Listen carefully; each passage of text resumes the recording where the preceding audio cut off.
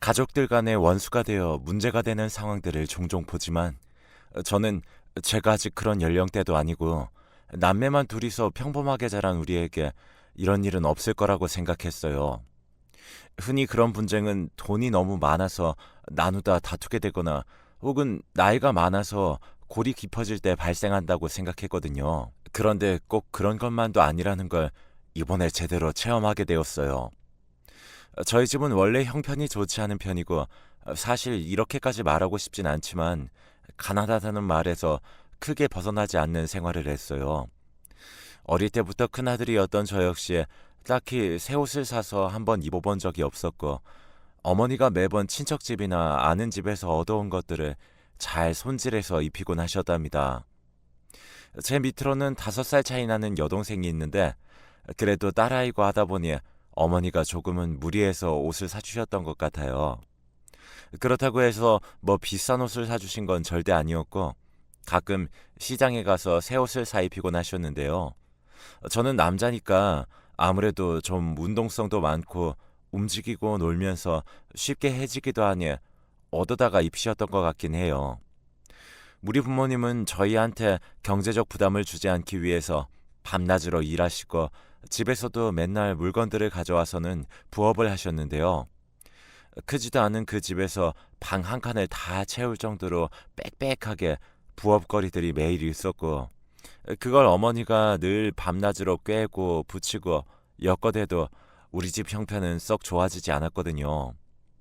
그렇게 해서 일하시고 아침에는 눈이 떠지자마자 바로 세수를 하고 밥을 차리는 어머니 모습을 보면 차마 학원 하나 더 다니게 해달라거나 멋진 운동화를 사달라거나 하는 말은 할 수가 없었어요.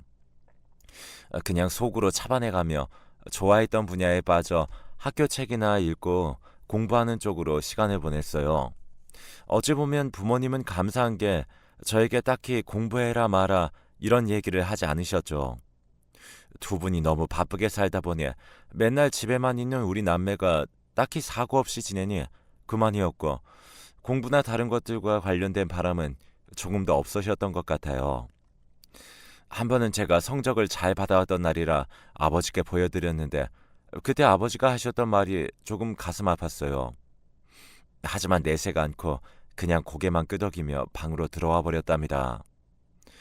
정민아, 아빠가 해준 것도 없는데 이렇게 스스로 알아서 잘 컸구나. 참 대단하다. 다른 애들은 학원도 많이 다니고 한다는데 아빠가 도움이 못 되어줬네. 그래도 이렇게 잘 해내니 아빠가 참 정민이 볼 면목이 없구나.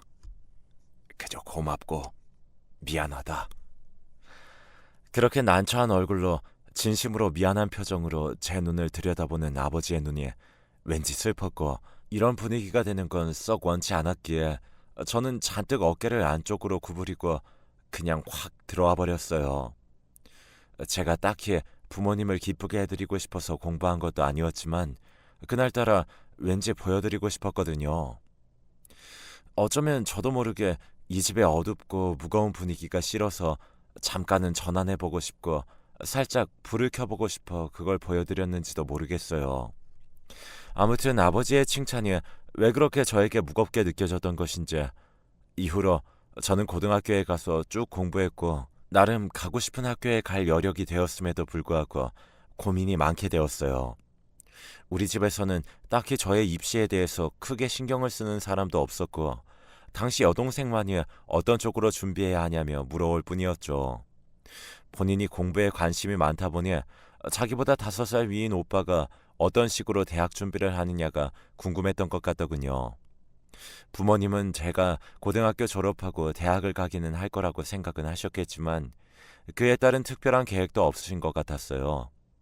결국 저는 한참 고민하다가 어차피 형편은 계속 이대로 가게 될 텐데 저 때문에 온 집안이 더 무리하게 되는 상황을 만들기 싫어서 4년 전액 장학금 받을 수 있는 지방 국립대를 선택하게 되었죠. 그간 살아오던 중 그때가 제일 고민이 심했고 몇 번이나 심호흡을 해가며 생각을 고치고 또 고쳤던 것 같아요. 부모님은 제가 결정하고 말씀드리자 그제서야 왜 그런 결정을 하는 거냐고 물으시더군요. 하지만 이미 마음을 어렵게 굳혔고 더 이상 다른 의견을 말하고 싶지는 않았어요. 그렇게 저는 대학 생활을 하며 학비 걱정을 덜었고 다시 이후의 계획들을 생각하며 머리가 슬슬 아파오게 됐는데요. 당시 중학생이었던 여동생은 제가 학교 가는 걸 보더니 나름 맹렬하게 준비하는 것 같더라고요. 오빠가 대학 가는 거 보고 있으니 자기도 정신 차려야겠다는데 그때는 그 말이 무슨 의미인지 몰랐어요. 그런데 본인이 고등학교에 가서 부모님께 하는 말을 듣고 있자니 약간은 좀 화가 나더군요. 여동생에게 표현은 안 했지만요.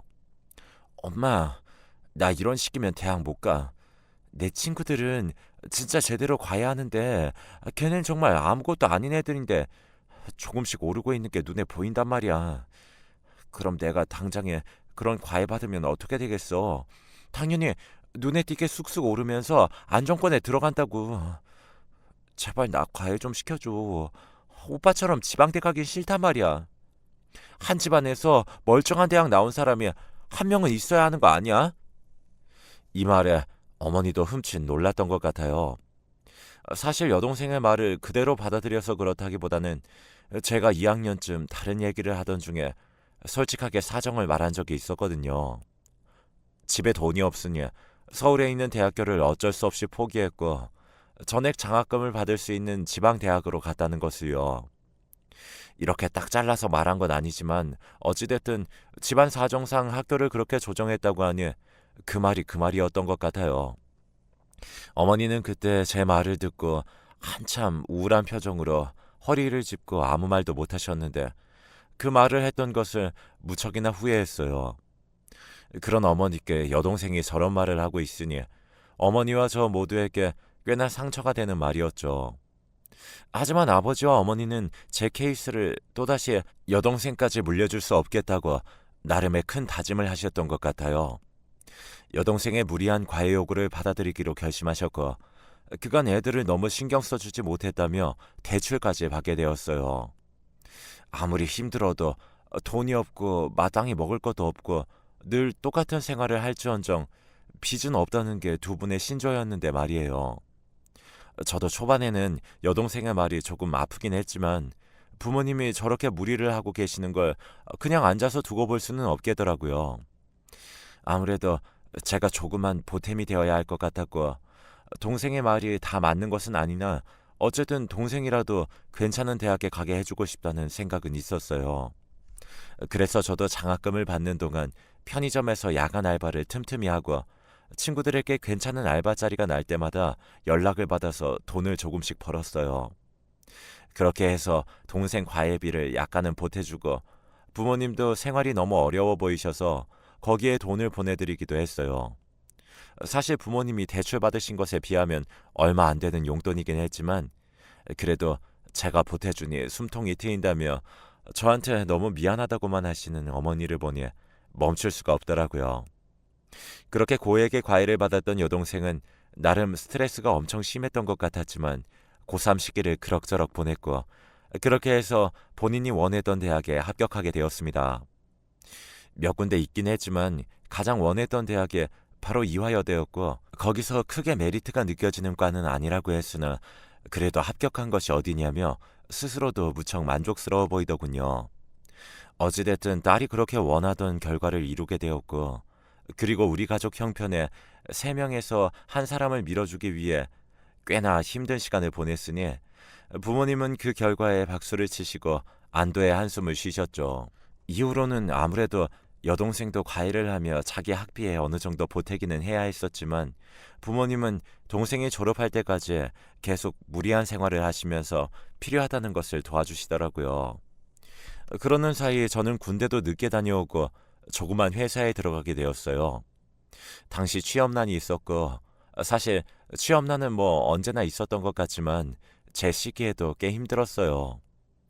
유학 간 친구들 사이에서 이런저런 도전을 하는 게 쉽지 않다 보니 중간중간 아르바이트하고 취업 준비도 하면서 정말 전쟁 같은 날들을 보냈답니다. 그런 상황을 보며 여동생은 또 저의 케이스를 참고하고 싶었던 건지 제가 뭘 준비하고 어떤 회사들을 들여다보고 있는지 관심이 많더군요. 여동생과는 분야가 많이 달랐는데도 말이에요. 그래서 저도 최대한 알려주고 준비 상황을 보여주긴 했는데 아무래도 대학 간판으로는 저와 차이가 좀 있어서 그랬을지도 모르겠지만 여동생 눈으로 봤을 땐 제가 답답해 보였나 봐요. 오빠, 그러게 대학을 잘 갔어야지. 지금 와서 대학원 뒤늦게 가서 간판을 좀 더 꾸밀 수도 없고 너무 부질없잖아. 사실 사람들이 대학 간판 보지 누가 대학원을 보냐? 그나마 대학원 갈 생각은 없다니 다행이긴 한데 그 사이 좀 더 준비해두지 그랬어. 내 친구네 오빠도 이번에 회사 들어간 거 보니까 진짜 빡세더라. 걔네 오빠 대학은 그렇게 좋은데도 치열한데 오빤 진짜 어쩌려고 그래. 아, 뭐 하긴 이제 와서 대학 후회해봤자 무슨 소용이 있겠어. 그러니까 오빠도 엄마한테 팍팍 밀어달라고 했었어야지. 그간은 저도 딱히 여동생에게 별 생각이 없었지만 이 말은 좀 화가 났어요. 저도 모르게 속에 있던 울분이 어디에 있었던 건지 여동생에게 화를 내버렸죠. 나도 그런 말 할 줄 몰라서 안 한 게 아니야. 너도 알잖아. 어머니랑 아버지가 보통 힘들게 일하신 게 아닌 거. 내가 참고 그냥 이 학교를 왔기에 널 대학 보낼 여력도 된 거고 그제서야 처음으로 대출도 받은 거야. 어떻게 네가 나한테 그런 말을 할 수가 있냐? 하지만 여동생은 왜 이렇게 철이 없는 건지 공부만 많이 했지 도저히 공감을 못하더군요. 아, 또 그 소리야. 오빠도 엄마 아빠랑 완전 쏙 닮았어.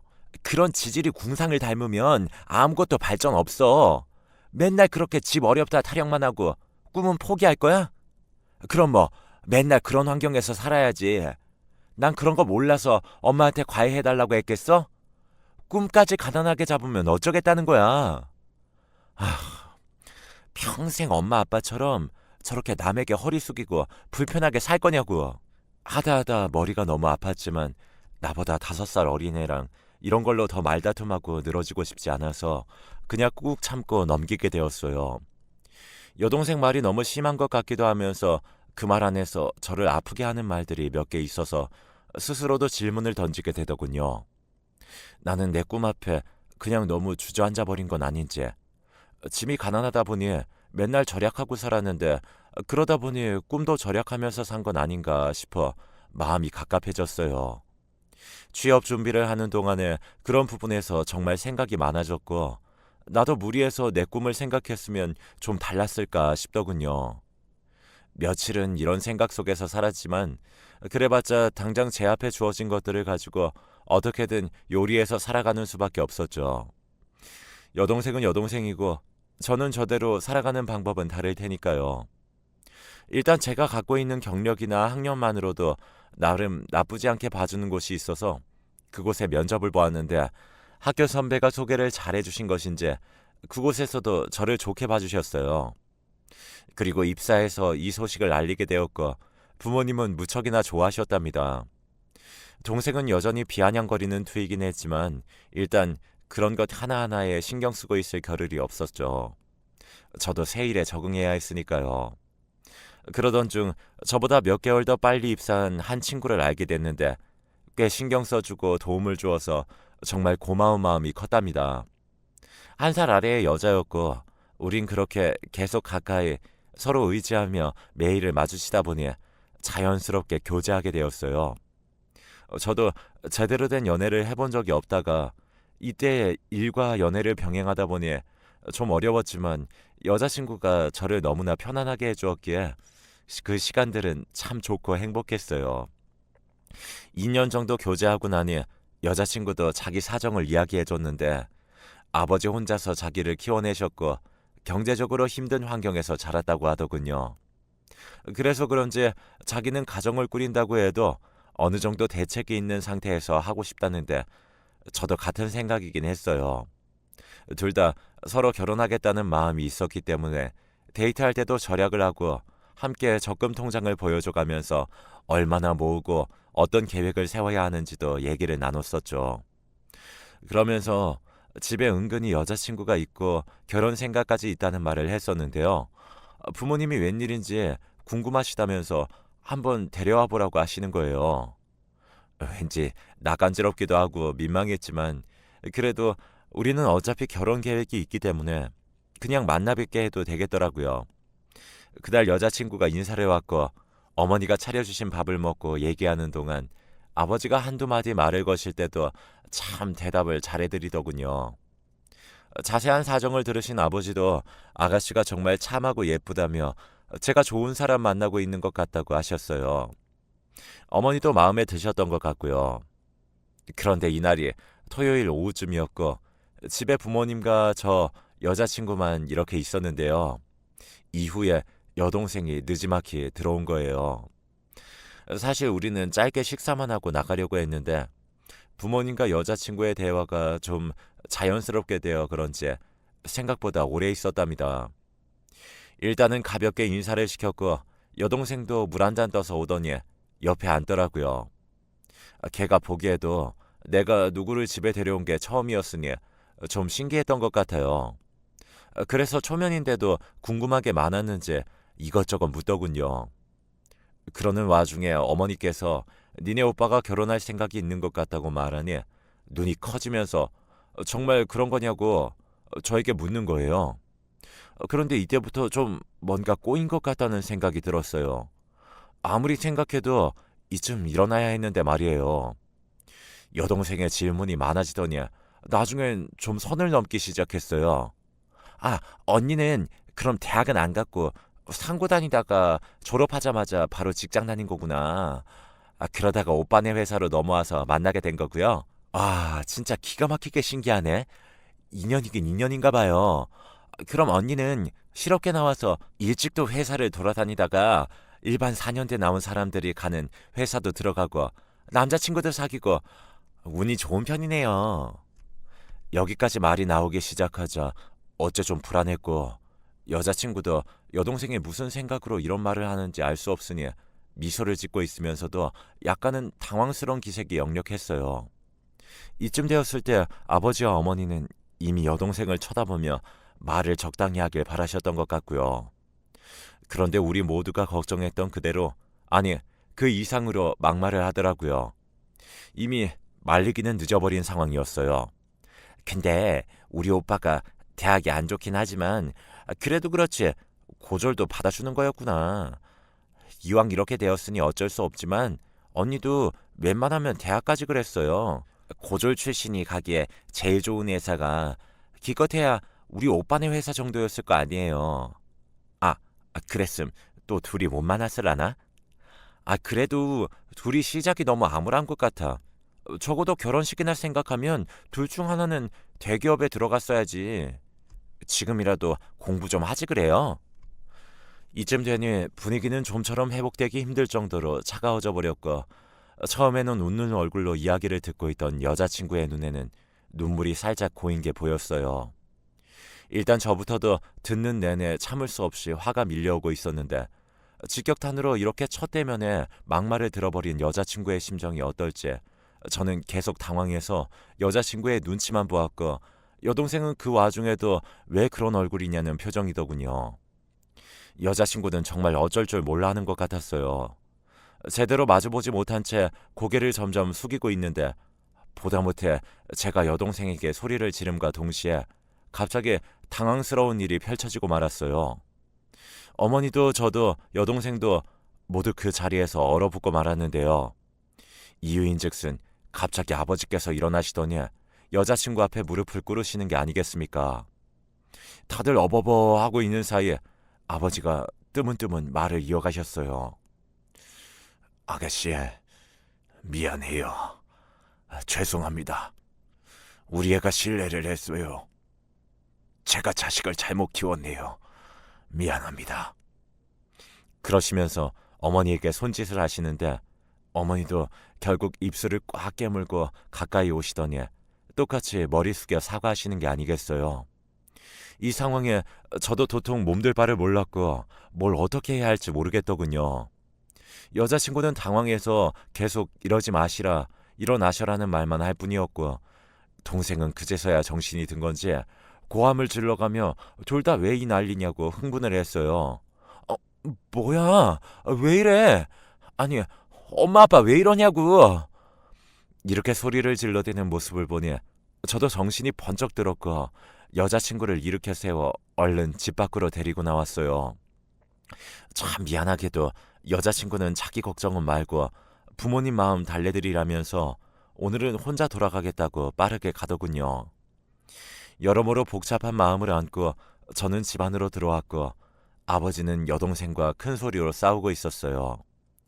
그동안 그렇게 딸을 예뻐하시면서 딱히 큰 소리 내본 적 없는 분이 전에 없이 고함을 지르고 계시더군요.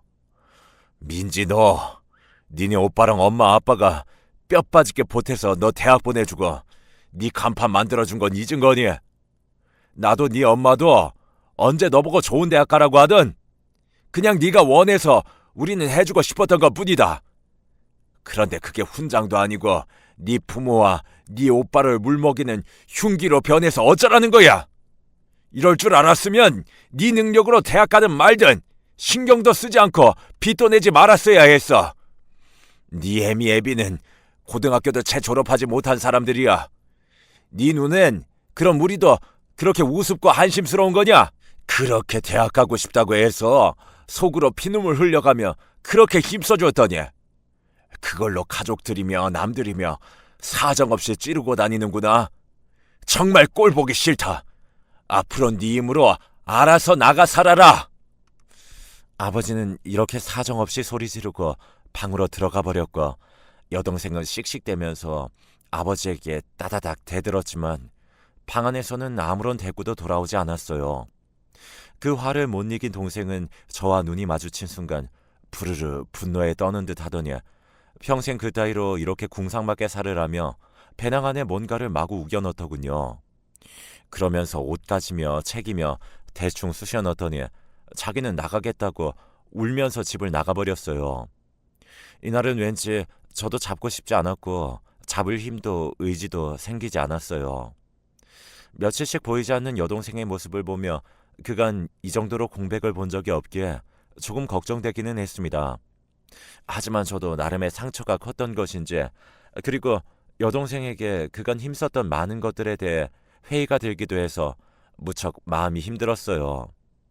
그래서 좀처럼 다시 연락해볼 기력도 나지 않았고 아버지, 어머니와 저 셋 중 누구 하나 입 밖으로 여동생의 이야기를 꺼내지 않았죠. 아마 다들 같은 마음이지 않았을까 싶기도 해요. 여동생이고 딸이고 하니 아무래도 걱정스러운 마음은 있지만 도무지 이 상황을 우리들의 선에서 정리할 기미가 들지 않은 거죠.